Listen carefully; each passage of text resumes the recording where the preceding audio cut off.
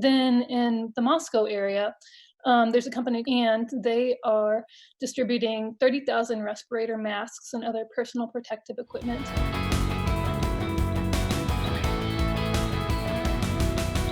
So Courtney has been out there reporting on the COVID-19 crisis. So Courtney, first of all, a few things that of note in terms of businesses that have stepped up and people that have donated a few things and are helping out in the effort.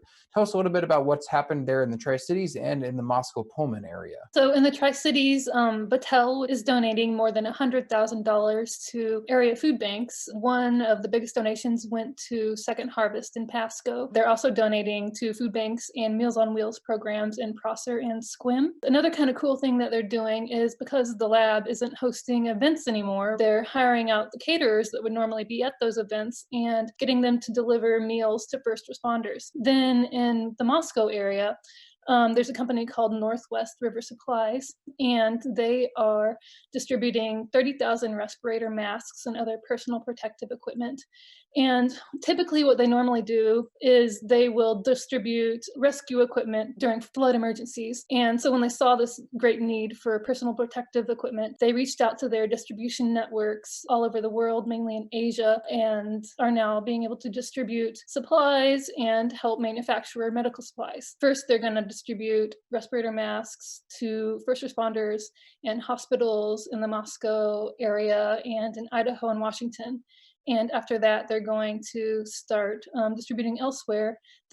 When they first announced that this was all happening, they even had requests from California, from all over. So it's a great need, and they're helping to fill that. There is, of course, a big Latinx and Spanish-speaking population in the Yakima Valley in central Washington. And I just wonder what sort of things are being done to address the needs of Spanish speakers, be it students who are now doing distance education at home, or just others in the region. What sorts of resources or organizations are stepping up to fill that critical need for communicating with those audiences? This is an issue that health districts and school districts are aware of, and they are, doing all they can to disseminate information in both English and Spanish. They're releasing press releases, hosting information on their websites in both languages. And the Yakima Health District has actually been hosting press conferences, first in English and then another one for the Spanish media. But the problem with that, and again, it's something that health districts seem to recognize, is that there's not a lot of Spanish media despite the large population of Spanish-speaking people. And the consumption of media by the Latinx community is not always online. And that's because, a lot of migrant populations or newcomers to the country often don't have access to the internet or devices that can access the internet. And they often just prefer traditional broadcast media or print media. So where does that leave the health district that wants to reach this population? Well, they are turning to organizations that already have a very strong connection with this community.